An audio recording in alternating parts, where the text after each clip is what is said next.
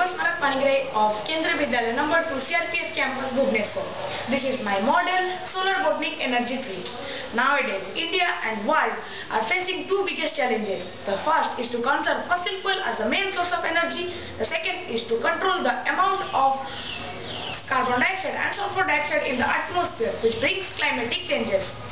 The present model is an attempt to meet the above two challenges with the help of nanoliths and with the combination of biomimicry and advanced nanotechnologies.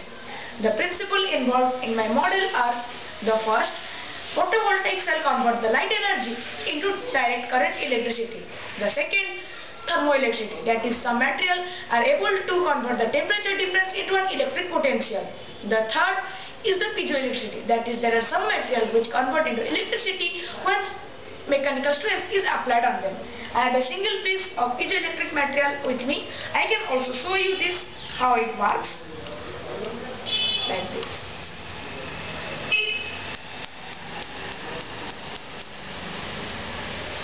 So this is my model solar botanic energy tree, in which the main component are the nanoliths. The above layer of nanolith is to be surrounded with a thin layer of photovoltaic film.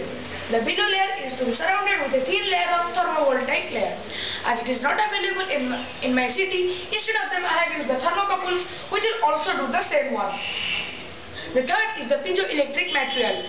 When mechanical stress is applied on this material, which are attached to the stalk or the petiole of the leaf, these will produce electricity, as I have shown you before. So, in the daytime, when there is sunlight, the light energy is converted into electrical energy, which travels through this trunk and is stored in the storage battery with the help of the photovoltaic layer or film. The second is that in the daytime, the temperature increases, and in the evening or night, the temperature decreases. So, there is a temperature difference. This thermocouple or the thermoelectric or thermovoltaic film will help in converting them into electricity, which will pass through the same trunk and will be stored in the same storage battery.